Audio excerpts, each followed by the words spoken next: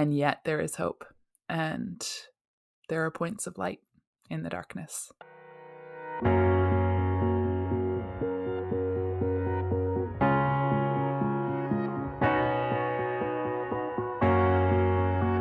Welcome to Tales with the Sales, where we discuss stories that matter because you are living one. I'm your host, Jane DeSales. I'm a writer, poet, and storyteller. It is my pleasure to introduce you to authors as we explore how fiction impacts our lives and culture. My guest today is Carolyn Claire Gibbons. She's a displaced northerner exploring the foreign ways of the South. She works in communications and the arts at New City Church in North Carolina and does freelance editing and writing as well. Carrie lives in Charlotte with her 2 literary cats, Lord Peter Wimsey and Harriet Vane. She has previously bumped around the world both as a missionary kid and adult. Carrie has been part of the publishing process on more than 30 books, including the first edition of her own middle grade chapter book, The King's Messenger. She's the author of Rosefire, published by Bandersnatch Books in 2021. I'm so glad to have Carrie Gibbons with us here today. And Carrie, I know that you brought some exciting literature for us, and I don't want to wait to hear it anymore. So why don't you hop into that for us? I did. I have Jane Eyre with me, which is a novel that I grew up on. And I just want to read, this is a spoiler for anybody who hasn't read it, but it's a quote right from the end. It's Mr. Rochester, and he says, "Jane, you think me, I dare say, an irreligious dog, but my heart swells with gratitude to the beneficent God of this earth just now. He sees not as man sees, but far clearer, judges not as man judges, but far more wisely. I did wrong. I would have sullied my innocent flower, breathed guilt upon its purity. The Omnipotent snatched it from me. I, in my stiff-necked rebellion, almost cursed the dispensation. Instead of bending to the decree, I defied it. Divine justice pursued its course. Disasters came thick on me. I was forced to pass through the valley of the shadow of death. His chastisements are mighty, and one smote me which has humbled me forever. You know I was proud of my strength. But what is it now, when I must give it over to foreign guidance, as a child does its weakness? Of late, Jane, only of late, I began to see and acknowledge the hand of God in my doom. I began to experience remorse, repentance, and the wish for reconcilement to my Maker. I began sometimes to pray. Very brief prayers they were, but sincere." And it goes on from there, but that is Rochester's kind of final moment. And it's funny, like, this is my favorite novel. And when I talk to people about it, especially in 2021 and the culture we live in today, there's a lot of complaining about Rochester as a hero, because he is, as he says, an irreligious dog. He is not an ideal in any sense of the word throughout the novel. But what has always been so powerful to me in this story is his transition, his repentance, and his growth. And yes, you only see it right at the very end of the novel. You see his, confession basically at the end of the novel. So you don't get to see him live out the rest of his life. But it's clearly there that this is a true change. His heart has been truly renewed. That was always, like I said, I grew up on this novel. I watched the BBC early 80s mini-series version of it that has Timothy Dalton multiple times before I ever even picked up the book. And then I picked up the book and read it over and over and over again. I have, I think, 5 copies on my shelf. And that was just always such a powerful shift in his character to me. And it was so moving and so clear that God's redemptive hand works in people's lives. What has struck me again as an adult is that's the really vivid repentance. You have, and I think, I'm a Christian, and so many people that I know within the church, like, think about their testimony and their story of coming to know the Lord. And for so many people who grew up in church, who haven't really doubted, who, have had kind of just a steady walk of faith, there's a lot of, there can be a lot of guilt around the fact that they don't have a good repentance story. And, they hear somebody else give their testimony and they feel like, well, mine's not a big deal. And yet what has struck me as an adult is actually an earlier passage in Jane Eyre as well, when Jane is madly in love with Rochester. And she is throughout the story the steady, faithful one. And she falls madly in love with Rochester, and they get engaged. And then the disasters eventually smote. But prior to that, there's this one little line that I just love. And it's Jane as the narrator. And she says, well, she's trying to kind of hold Mr. Rochester at a bit of a distance throughout their engagement, trying to be proper, et cetera, et cetera. And she says, after all, my task was not an easy one. Often I would rather have pleased than teased him. My future husband was becoming to me my whole world, and more than the world, almost my hope of heaven. He stood between me and every thought of religion, as an eclipse intervenes between man and the broad sun. I could not, in those days, see God for his creature, of whom I had made an idol. Ooh. And Jane's story is probably a lot more like mine. Like, it's not dramatic. It is dramatic. It's a Gothic novel. But in terms of her story of repentance, it is not dramatic. It is simply her leaning into what she knows is true and living by that and going on. But that little line hit me like a hammer when I first read that as an adult. I'd read it as a teenager many times, but rereading it as an adult. And I was like, that's for so many of us that faith is part of our lives, and faith is just kind of a steady thing. We still can lose sight of the ultimate of pursuing God when we put his creatures in front of him and we make of them idols, or his creation, or whatever, his gifts, whatever those things are. And that just, I think her story is so much more subdued than Rochester's that you almost miss it, because his is the dramatic one. And yet hers is no less powerful. It's no less a story of redemption, where she comes to realize that this man in front of her cannot be her idol. And I love that picture. Charlotte Bronte was the daughter of a minister, so she knew the world of faith. And I love that she gave us these two different takes on a life of faith. And then the third picture, I think, is the picture of St. John Rivers. And so when Jane is at her lowest, she is rescued by St. John and his sisters. And St. John is a pompous ass. And he is so pious and overtly pious, and he's obnoxious. Like, the whole time he's in the book, you just want to throw the book aside and just get rid of him. And he is convinced that he knows God's plan for Jane. She doesn't feel the calling that he thinks is God's plan for her. And so she stands firm. Again, she's the steady one. She's like, no, the Lord hasn't called me to that. I will, and he wants to marry her and take her to India. And she's like, I'll go to India. I will be a missionary, but I'm not going to marry you. and there's this whole, back and forth. And she winds up, he winds up giving up, and he goes to India, and she winds up going back to Rochester. But I realized the last time that I read through this, that the last lines of the book are actually about St. John. It's, years ahead of that moment with Rochester. She sort of gives like a recap of, dear reader, reader, I married him, is the classic moment of the sort of epilogue. But the last paragraph is about St. John. And she says, St. John is unmarried. He will never marry now. Himself has hitherto sufficed to the toil, and the toil draws near its close. His glorious sun hastens to its setting.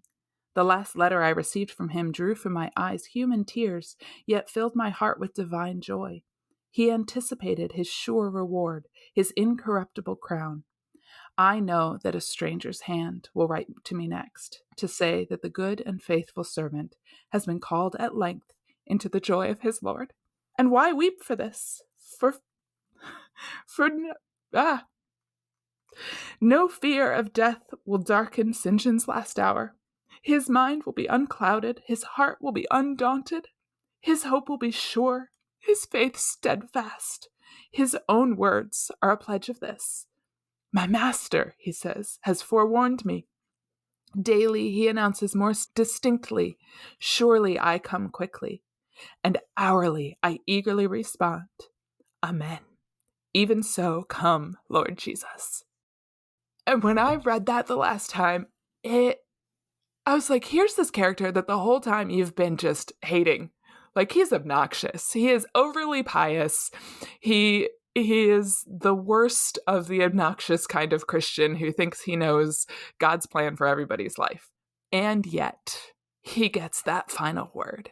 And that is such a beautiful, it's such an echo of Revelation. It's an echo of Jesus's parables and saying, well done, good and faithful servant, and all of those things. And even the most obnoxious Christians among us, if they are of true faith, the Lord is their friend and is their guide. And I love all of those pictures of the different kinds of faith in the midst of an excellent novel. Like, the book is not about faith.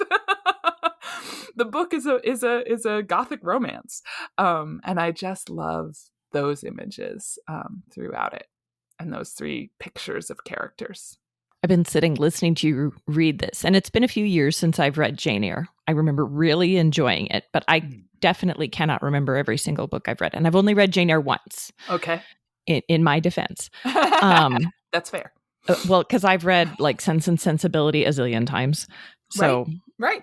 But the thing that struck me about the second quote that you read, that was talking about idolizing her human love. Yeah. The first thing that happened is it reminded me of a book I read by Fulton Sheen called 3 to Get Married. Okay. And I don't know that one. Yeah, it's a Catholic book. I'm Catholic. Hi. But the thing that I remember so distinctly of reading that book when I was engaged was it talked about that so long as married couples look at each other only, that eventually they will idolize one another, and then they will worship one another, and then they will realize that human love is fallible, and they will be angry because then their God, quote unquote, has failed them. And so they get mad at the partner for not being perfect. And he said, so couples always need to be pointed at Christ rather than pointed at one another. And that's the first thing that came to my mind when you read that.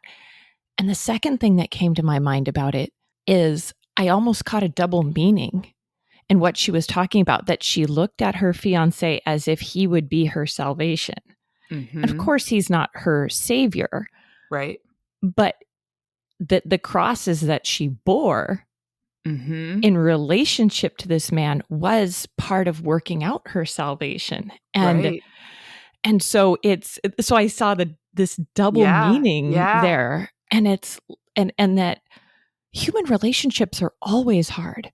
Yeah. They are always hard.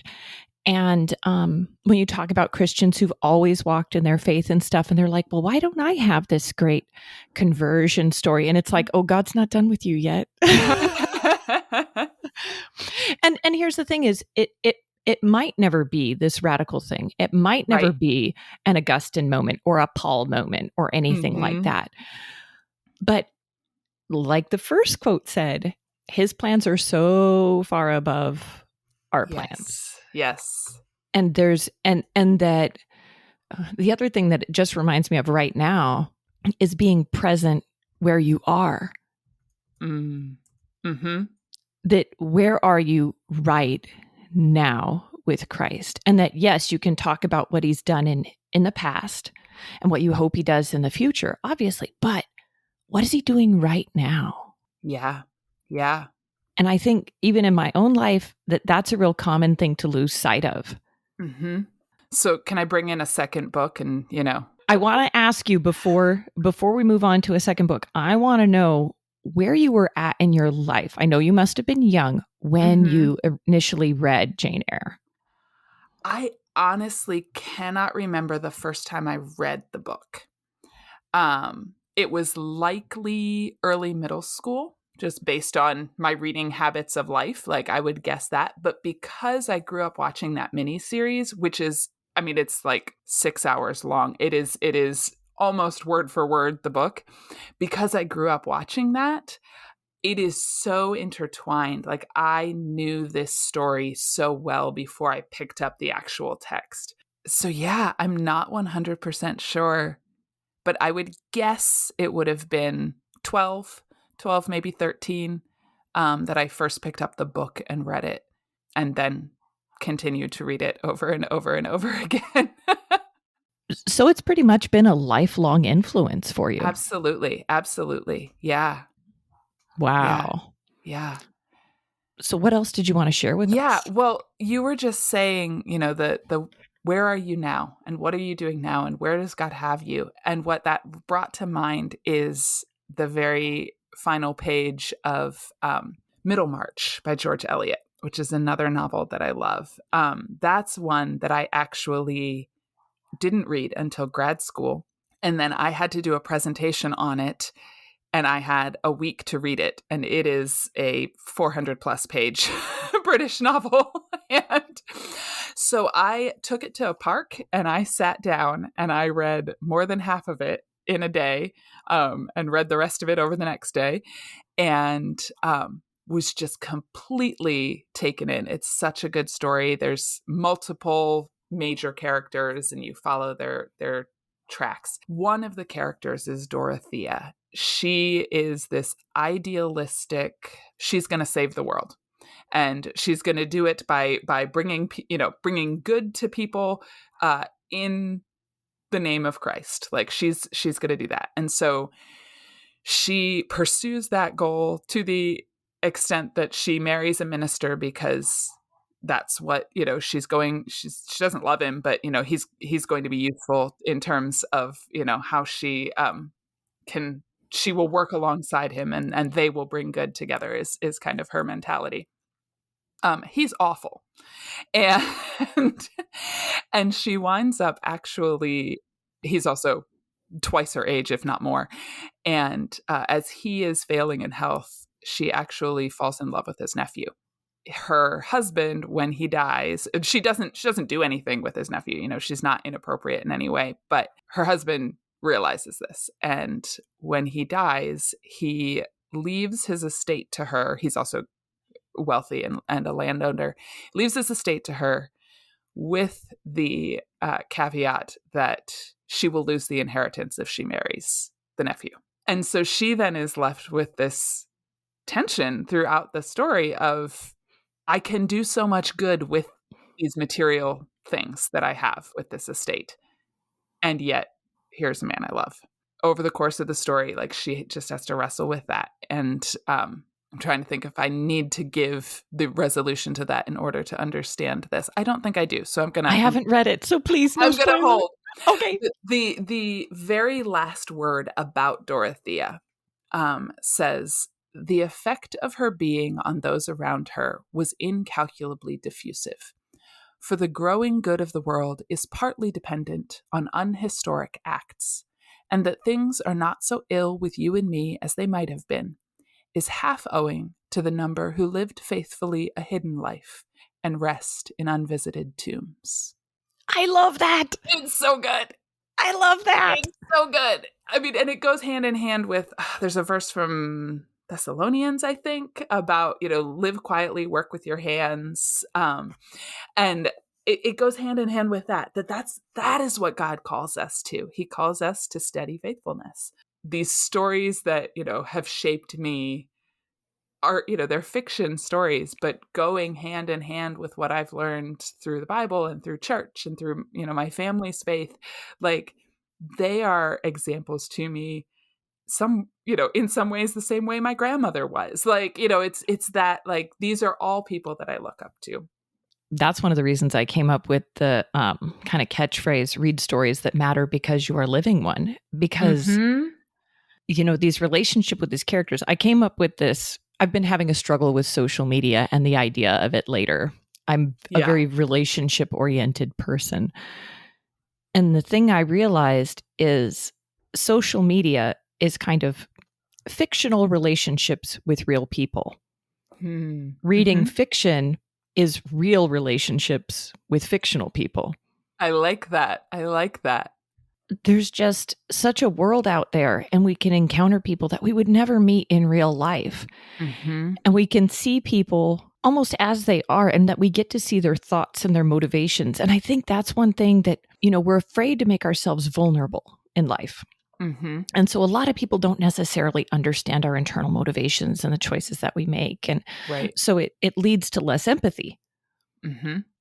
Whereas when you get to a fictional character, often you see their motivations, or you see the movements in the interior life, like Rochester saying that he finally turned to prayer. That if this were someone you knew in real life, you would have never been privy to this conversation. Right. And you would have continued to think him a butt. And your life would have not been edified by your experience with him. Right. But in being fictional, you get to listen in.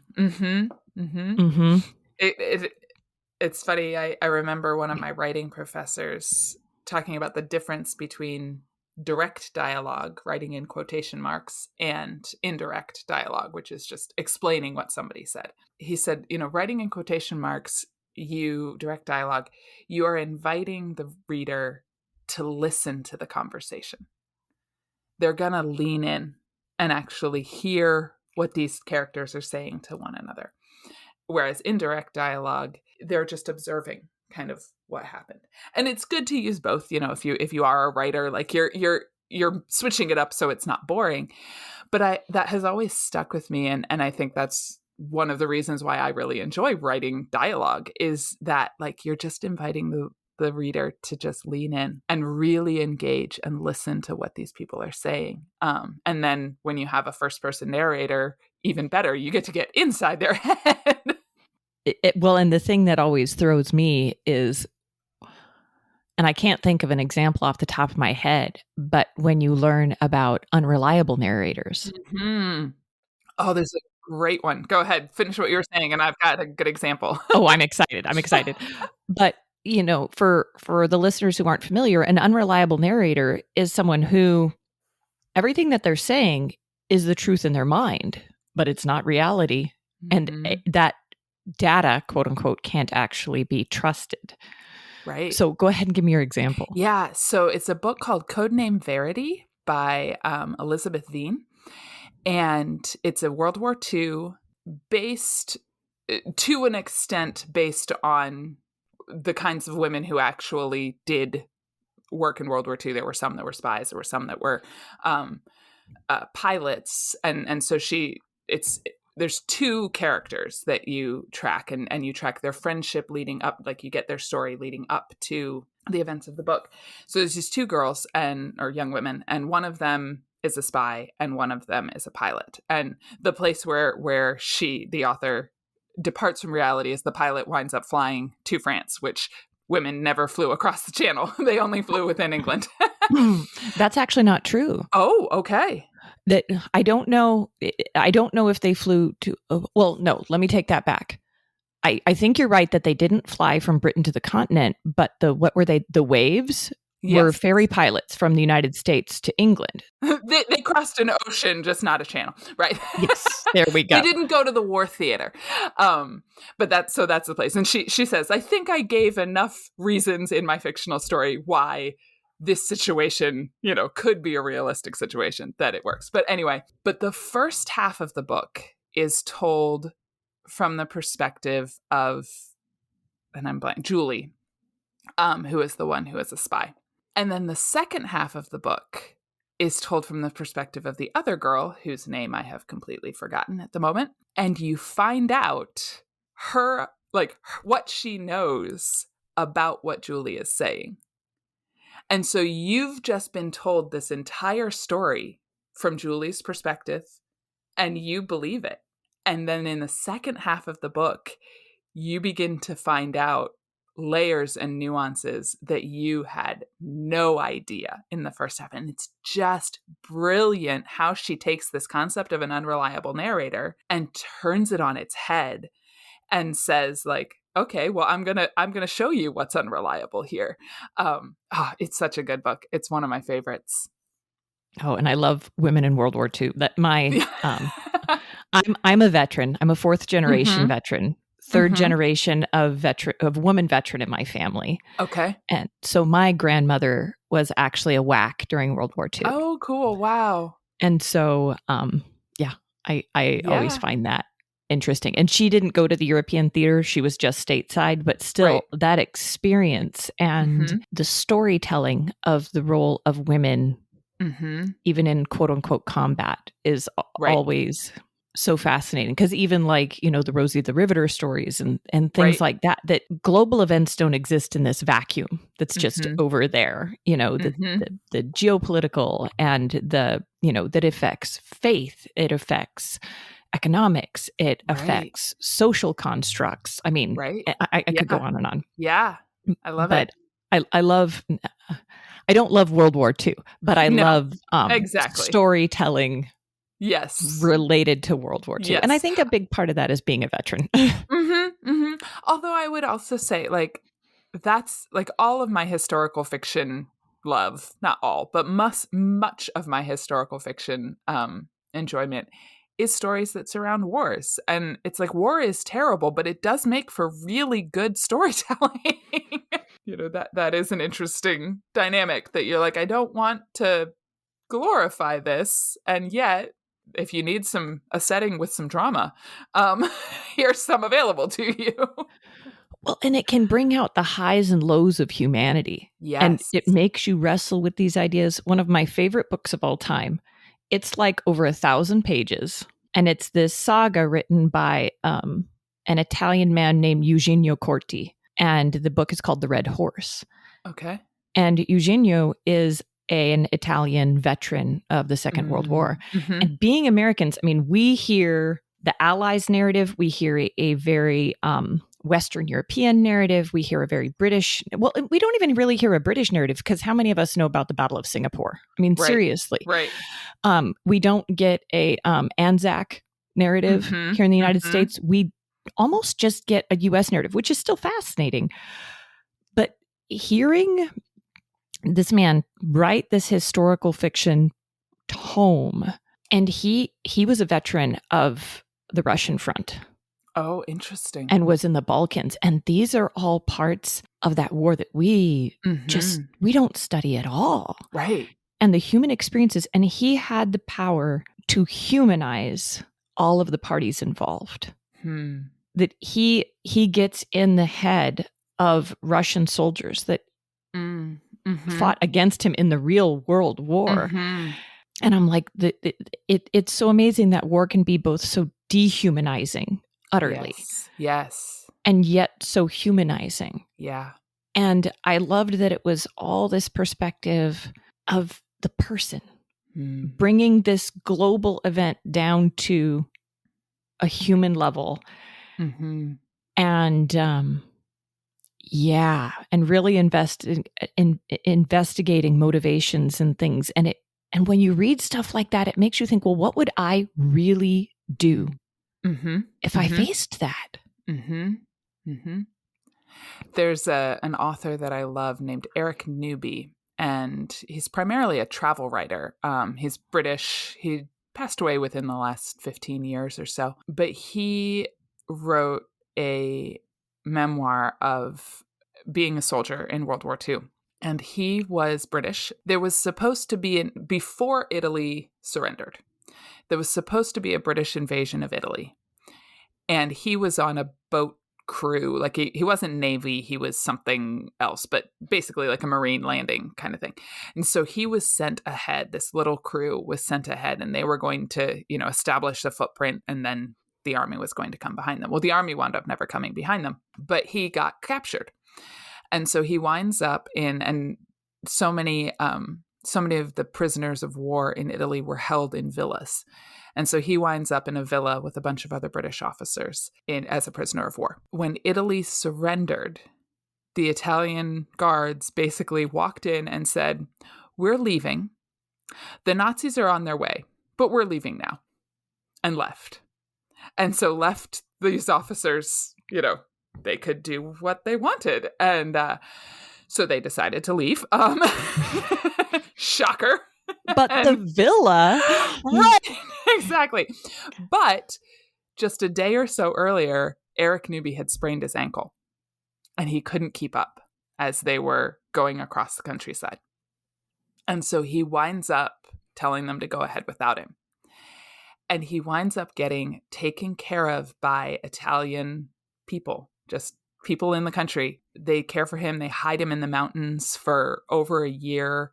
And he's eventually recaptured again and eventually sent to a camp. And he made it through the war, clearly, if he only died 15 years ago. But but one of the things that I love in it, because I would say generally Eric Newby is a funny writer. Like most of his travel writing, it's interesting and fascinating, but it's very dry and humorous. And here's this very dramatic story that is his experience. But one of the things that hit me so hard the first time I read that was he talks about these Italian country people who take care of him, that until this moment, he thought of them as the enemy. He thought of them as, and he called them Italians, and, and he had all of these derogatory terms that he used to talk about the Italian people. And here they just opened their arms and cared for him and protected him. And this shift that, that he went through in realizing these were people, and they were good people and kind people. They were not Mussolini. And that it's just, it's a fascinating book and a really, really great. But again, that humanizing of learning about who these people are. So many of them are just the waves of war and the winds of war take them and put them on one side or the other. Well, and the crazy thing about it is all these experiences we're talking about, this humanizing actually occurs in suffering and in desperation. Mm-hmm. That the bright sunny day when he's in the villa, right, and he's quote unquote safe, even though he's a prisoner, right, he can't see it. But in desperation, the scales fall from his eyes. Yeah. I love stories that are about seeing people. Mm-hmm. Seeing through our prejudices, seeing through their facades, seeing through our own facades, and witnessing their existence. Yeah. When you can, realizing who created them and that they really are your brother and your sister, whether you like it or not. And even if they act wickedly, right, that they're still your brother and sister. You just might not be happy about it. Right. They are still made in the image of God. Yes. And it's that, and I can't quote it, but it's that thing from C.S. Lewis talking about you've never met an ordinary person. Yes. And I can't quote it verbatim, but I'll see if I can put it in the show notes, because I think everyone should read what C.S. Lewis says about human dignity and what we're capable of. Mm-hmm. I am having so much fun talking about literature. But the thing is you have some writing of your own. I do. And it ties, I think, in, like, we've talked about character-based stories, and we've talked about stories with suffering and with conflict and the enemy not being an enemy. And that's so much of what shaped Rosefire, which is my my fiction novel. Technically, I think it would get categorized as young adult, in that the main characters are in their late teens, early 20s. But as one of my friends said, if young adult fantasy makes you think of moody dragon vampires, this is not that book. No, it is not. Absolutely not. I liked that description. I was like, that is brilliant. I love it. I want to use it. No, that would be high fantasy. Exactly. And like, I was actually talking with my husband about your book last night, and I'm like, so let me get this straight. And my husband is 100% nerd, and I adore him for it. And I was like, so let me get it straight. So high fantasy, dragons and elves, low fantasy, magic, but human race. And he's like, yes. I'm like, okay. Exactly. And I'd like to tell people, I'm like, Rosefire is a character-based story. Like it is in a world that is not my world, in that there is magic, but the driving forces of the storytelling are around the characters, not around the rules of the world. And I think that's, I mean, a really good high fantasy does that, but so much high fantasy, it's the rules of the world that are pushing the action of a story forward, as much as the characters. And so I'm just not good enough to create a whole world that can push I struggle with plot anyway, so. You mean you don't want to write your equivalent of the Silmarillion plus? Come on. I had a good conversation with someone recently about it, and I was like, I'll be the Lewis to your Tolkien and tell you to quit planning and start writing. Awesome. But I digress. Tell us where you were at in your life when you wrote Rosefire. Yeah. So Rosefire, actually, I started writing it in 2000. Well, I got the idea for it in 2008. So it's been a while because it didn't come out until this past year, 2021. I was in grad school and I was doing an English degree with an emphasis in writing, and creative writing was in there. And so I was writing a lot of things, and I was reading a lot of T.S. Eliot's Four Quartets. I spent a good portion of the last 20 years reading T.S. Eliot's Four Quartets, and it's one of my favorite pieces of literature. In that season, I remember reading just a couplet in there that says, "Ash on an old man's sleeve is all the ash the burnt roses leave." And I immediately had this image of an elderly monk shaking ash off of his sleeve after roses have been consumed by fire, which is another image that's throughout Four Quartets, is roses and fire, and the flames and the roses are one. I had this image and I was like, okay, who's he? Who's this monk? And that started me pretty quickly to Brother Ezra, who is one of the characters in Rosefire, and he is an elderly monk. He has his own backstory, but he is a seeker of the rose, who is the hope of the kingdom of Asael. And then fairly rapidly after meeting Brother Ezra, I got to know the rest of my main characters. And Carolyn is the narrator, and she is the daughter of a nobleman of Asael. And the nobles think of the ancient writings and the monks and the peasants and this promise of a hope for Asael as bosh. It's just the foolish beliefs of peasants and monks. On her doorstep arrives Anya, who has no memory of where she's come from and has prodigious skill in magic. And magic is part of these ancient beliefs. That starts Carolyn and her brother Richard and their friend Edmund on a journey of rediscovering the ancient writings, and Anya as well, rediscovering the ancient writings and beginning to see that perhaps Asael needs to return to what the ancient writings say it was built on, in order to get through the crisis that it currently is in. The king is dying, his heir to the throne dies, and no one knows what the future is going to hold. And so they begin to study the ancient writings and begin to wonder if perhaps they have found the rose, who is the hope of Asael. It does make you think of those intersections of faith and politics. Mm-hmm. And, I know it doesn't happen in our world, but as a reader, you definitely see the disdain of longstanding truths mm-hmm. in leadership. And I think there's probably examples of that in our lives today. Yeah. And I think hand in hand with that is also the desire for power for power's sake, Mm-hmm. as opposed to, okay, I've been given responsibility or power and I am stewarding it for the good of others, for the good of a country, for the good of a kingdom. That dichotomy is, vividly, and in Rosefire, that's really the breakdown between the good guys and the bad guys. What are you going to do with power? If you are given the responsibility and given the power, how do you keep yourself from abusing it?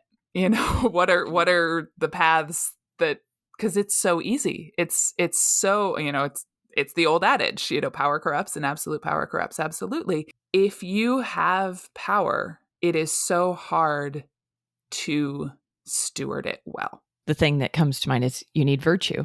Mm-hmm. And especially humility. Mm-hmm.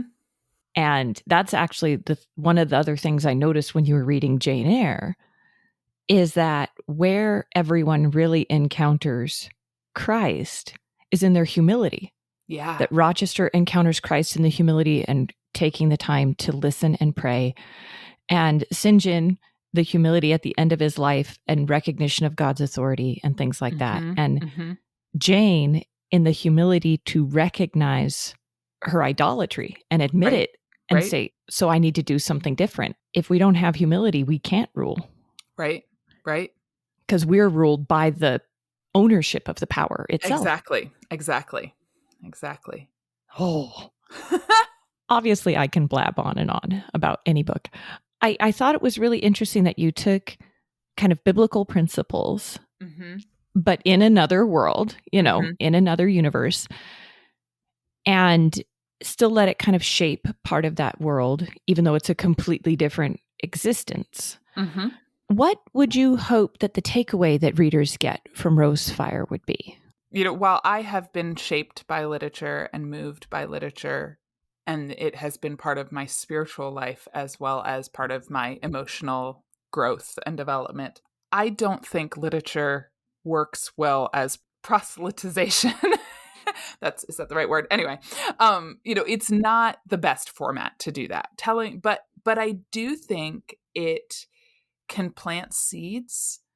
To go back to Lewis, when the children are leaving Aslan at the end of Voyage of the Dawn Treader, and Lucy, or I think Aslan says to Lucy, "I'm in your world too," and Lucy's like, "You are," and he says, "Yes, you just have to look for me there. You have to recognize me there." And I think that would be my hope of what Rosefire can do in terms of that it will just plant those seeds of longing for something more, and those seeds of recognition that there is truth, and it is outside of me and my winds of whatever I decide today is good for me, is what's true. That will plant that seed among people, and they'll begin to explore what truth really is. That's a pretty important question. It is. It's really the center of everything. And I've talked with some friends about faith and stuff. They're like, well, I'm looking at such and such, and I'm looking at such and such. I'm like, seek the truth. Seek the truth. And that will take you, and not my truth or what feels good, but what is real. What is big T true, big G good, big B beautiful. Yes. What overwhelms you. Yeah. And yet, and how is it that these things can be simultaneously the most simple and the most complex? It just blows my mind. Yeah. Like we were talking about, the quiet life and working with our hands and stewarding the gifts that we're given. And that, St. Paul talks about that we aren't all given, the highest gifts of the Spirit, the fancy ones, the ones that stand out. But there's so much beauty in those little things, baking a loaf of bread, brushing my little girl's hair. That there is goodness, truth, and beauty with the big letters in that care, in that experience. In all of our little humble experiences. And it's that thing of being present. Right. which I'm not always present when I'm brushing my kids' hair. I tell you that much right now. But here's the thing, as I know you and I know Rosefire isn't the only thing that you have done. You have a little thing called Bandersnatch Books. Speaking of good, true, and beautiful, that's one of our taglines is, making books that are good, true, and beautiful with capital letters. So yeah, we being me and Rachel Donahue and Annie Beth Donahue, who are married to brothers, hence they have the same last name. But the three of us have launched a small publishing company called Bandersnatch Books. And our goal is to look for the books that are off the beaten path, that would otherwise be lost in the world of publishing. The reason that we kind of came to that was all of us have run into trying to get a book published and hearing over and over again, oh, this is really good. I don't know how I'd sell it because it doesn't fit into X, Y, or Z category. And so that's really what we're looking for, is books that for some reason or another. So Rosefire, for example, is, it's too Christian for a general market publisher, but a Christian publisher doesn't like the fact that there's magic in it. So it's stuck in the middle. And, what do you do with that? And some of the best books are there that, for some reason or another, it's just not going to fit into the right boxes of a major publisher. All three of us have many friends who are writers, and we knew quite a few people who were in the same boat as we were. And we said, we've got the skill set, because so many of those writers, their option is either don't publish or self-publish. Self-publishing is doable and, and it can be done well, but many writers don't have the skill set that you need around writing a book in order to publish it. You have the skill set to write it, but what about marketing? What about making sure the layout looks good? What about running social media? All of these things that are part of getting a book out into the world. And so we looked at our skill set and said, oh, we have those skills among us. And if we don't have it, we know the people who do. And so we could be a team that could help get a book a bigger platform. It's not going to be a Penguin Random House bestseller, but it can be a bigger platform than somebody just putting it through Amazon's KDP, so that was kind of where we started, and really loving that idea of looking for books that are good, true, and beautiful. And those books that are kind of classics before they even begin, and that have a bit of a timeless quality to them. And so that's where we're starting. We're starting small, and we actually started with our own books because we figured we're learning how to do this. We might as well mess up on our own books first before we tell an author to trust us. So Rosefire, we did a Kickstarter for it and published it this summer. And then we've published a book of poetry by Rachel. It's called Beyond Chittering Cottage, Poems of Place. Sounds very Wendell Berry. It does sound very Wendell Berry. I would say Rachel's poetry reminds me of Robert Frost in its approachability.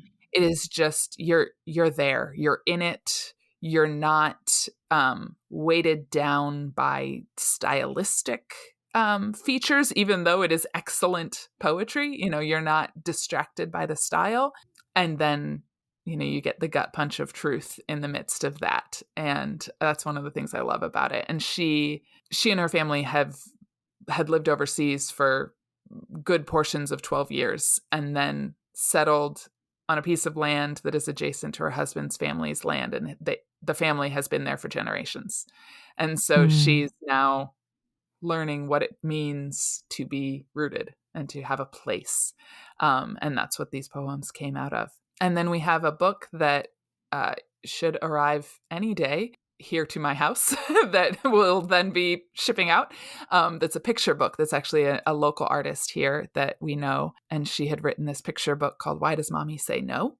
and illustrated it, painted the paintings herself. And it's beautiful. And I'm excited to see that get into the hands of young families. That's definitely like aimed at preschoolers, toddlers. And then we've got coming next year, we've got some middle grade books. We have Annie Beth's middle grade wheelchair basketball mystery, which I feel like it feels to me like all of my favorite middle grade books when I was a kid. I think there are some really, really great middle grade books being published today, but so many of them are just downers.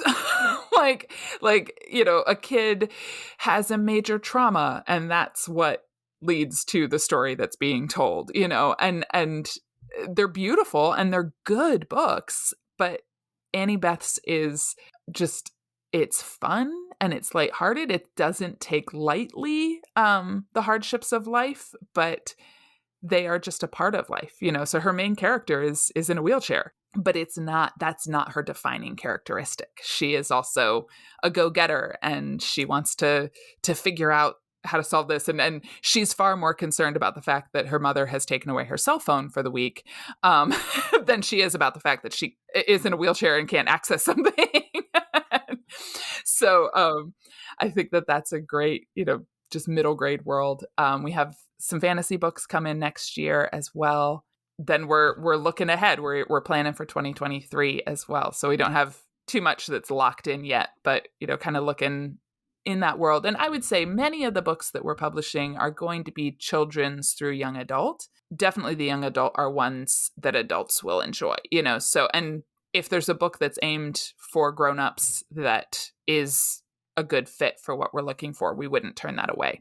But we're just kind of starting where we have the connections. We will reopen submissions in January. Yeah, we took a break this fall in order to kind of catch up and get ourselves to where we're going.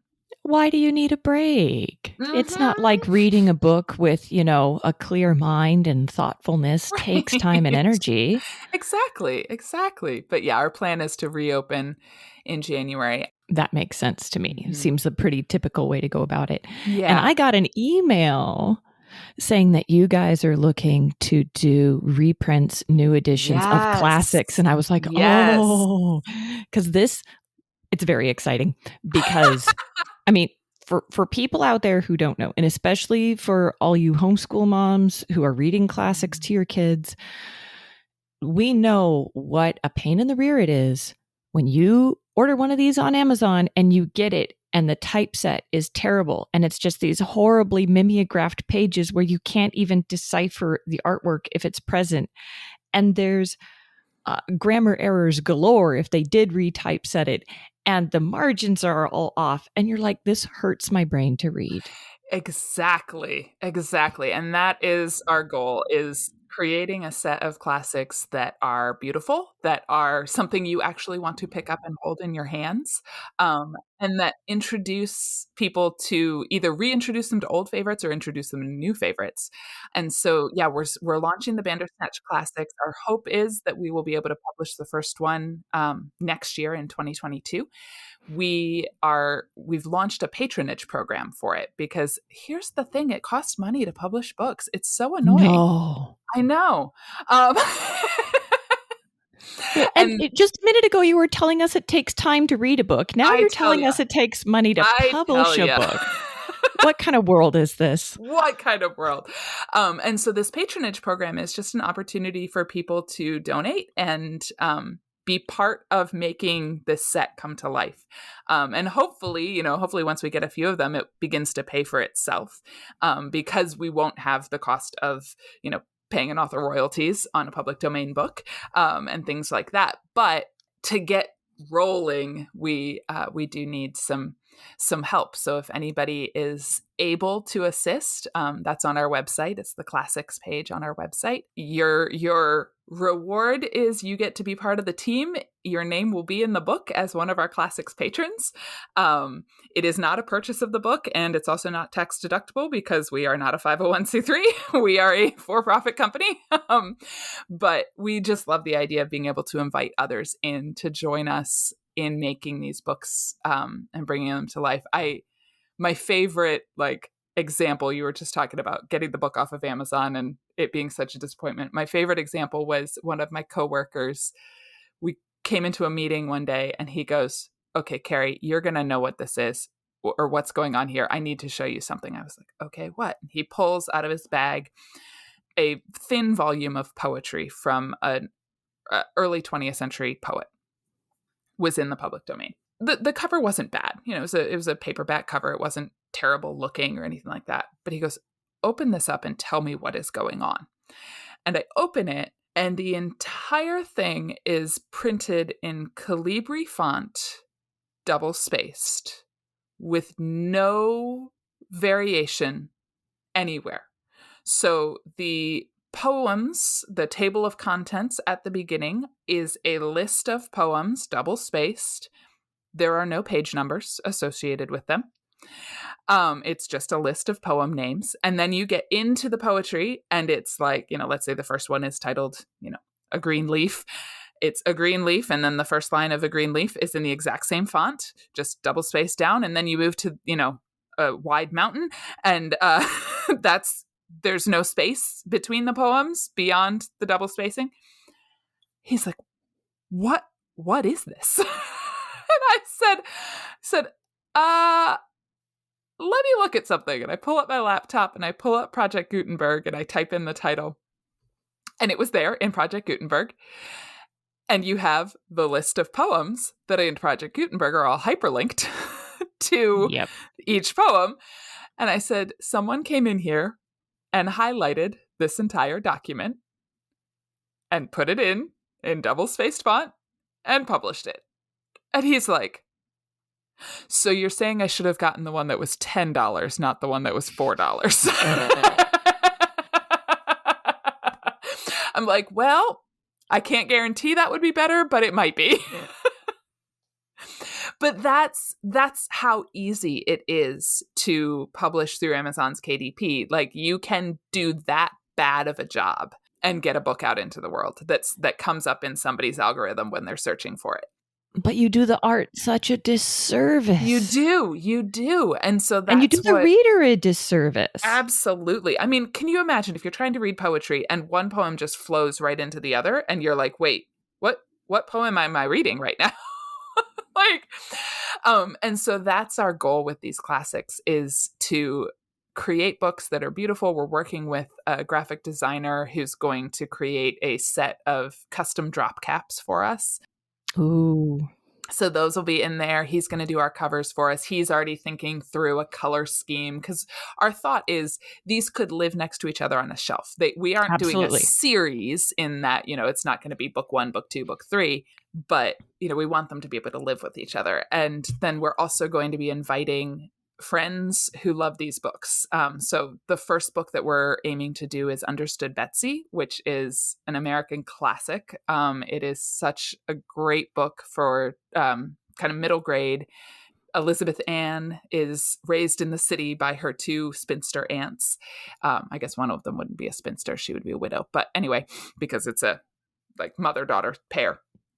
And one of them gets ill and they have to go away to the sea to get better, and they can't take Elizabeth Ann with them. And so they are horrified, but they have to send her to live with the Putney cousins in Vermont. And so it's this petted little girl winds up on a farm in Vermont with these salt of the earth people. She begins to come into who she really is over the course of the story, and just blossoms into a strong, vibrant child.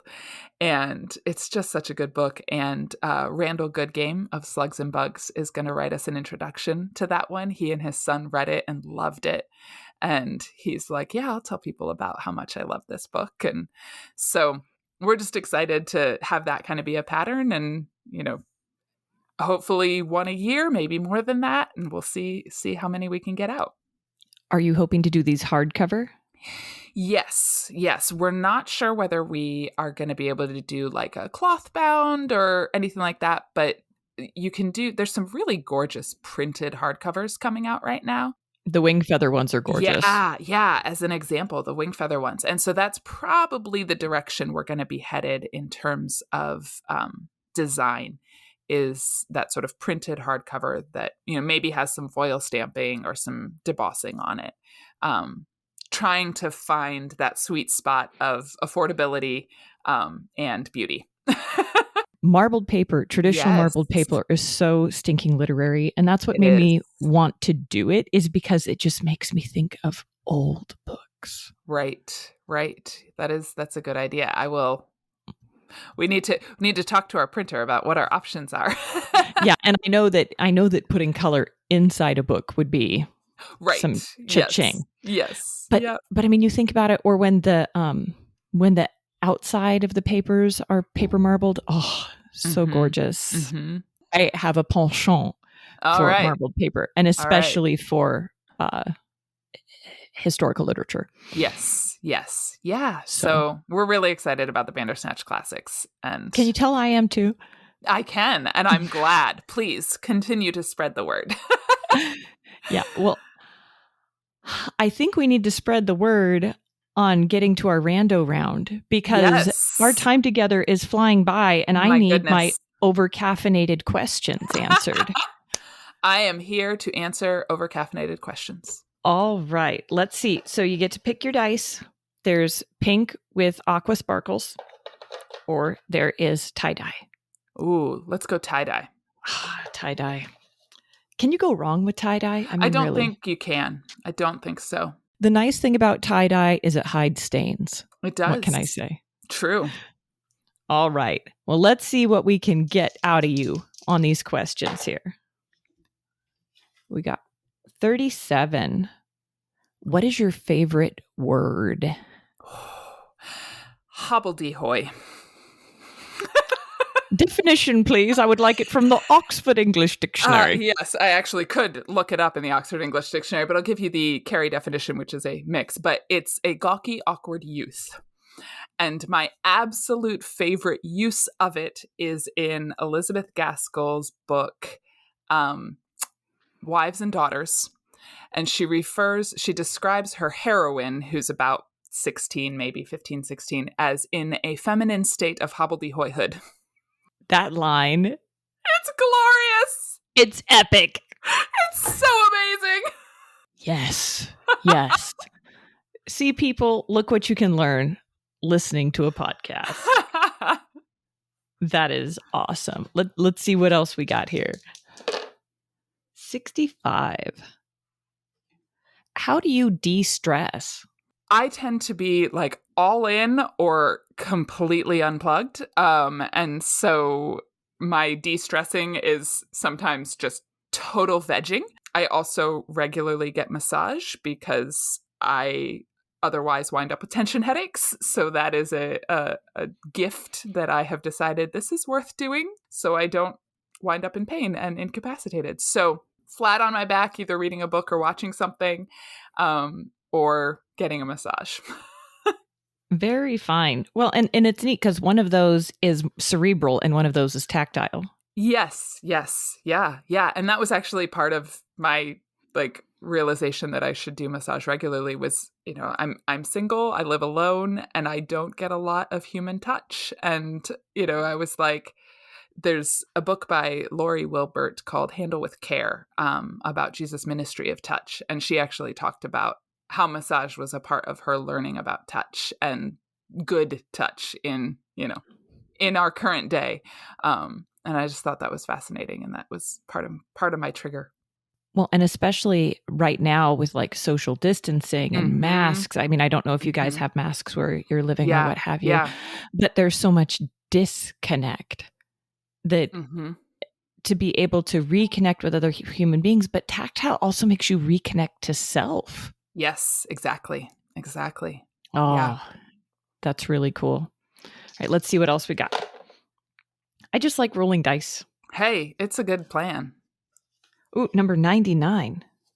It's an excellent number. It's the year I graduated from high school. I thought you were a lot younger than that. I am not.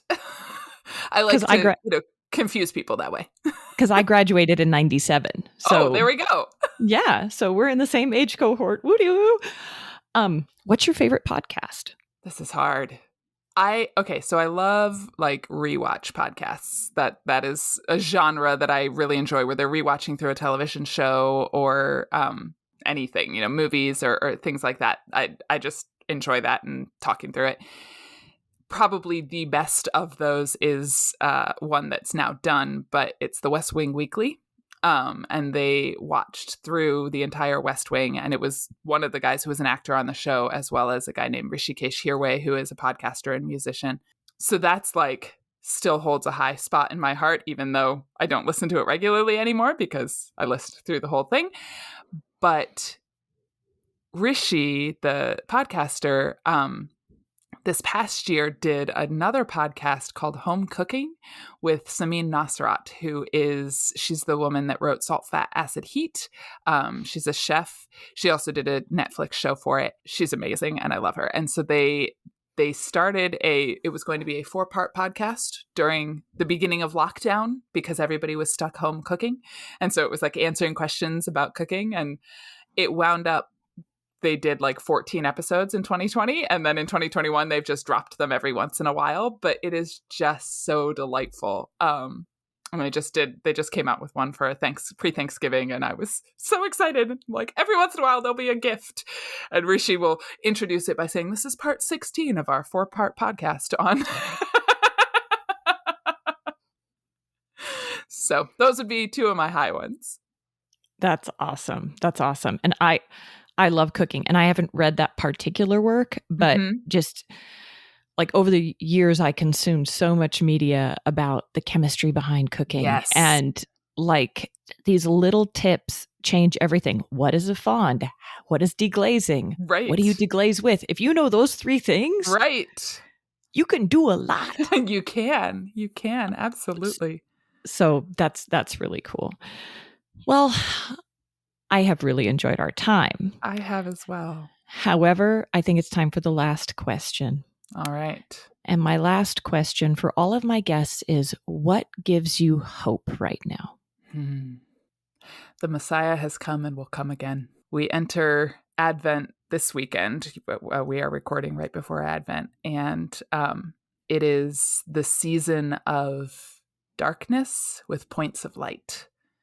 And I work at a church, and I just developed our Advent guide for our congregation to use as a devotional as they go through. And what we focused on in that devotional this year was the both and of it. That this is, we know the reality, we know the truth that the Messiah came, that Jesus came and he fulfilled the promises of the Old Testament, and yet there is still more to be redeemed. And that was where, we sit in this in-between time. And so I think, I'm looking out my window right now and it's a beautiful sunny day, but it's going to get dark in about 4.5 hours, if that. And it's a long, dark night. And yet, and I think right now in this season, we feel that metaphorically as well. And yet there is hope. And there are points of light in the darkness. Mm-hmm. That's beautiful. Thank you so much for spending this time with me. I've really enjoyed it. I have as well. Thank you so much for having me, Jane. I had such a great time with Carrie on the show. It was like she ripped open a literary goodie bag for us to all feast on. If you would like to learn more about her work, you can find it at carolyncgivens.com or bandersnatchbooks.com. If you enjoyed listening to this conversation, click on the follow button for more tales every other Tuesday. And in the meantime, read stories that matter because you are living one.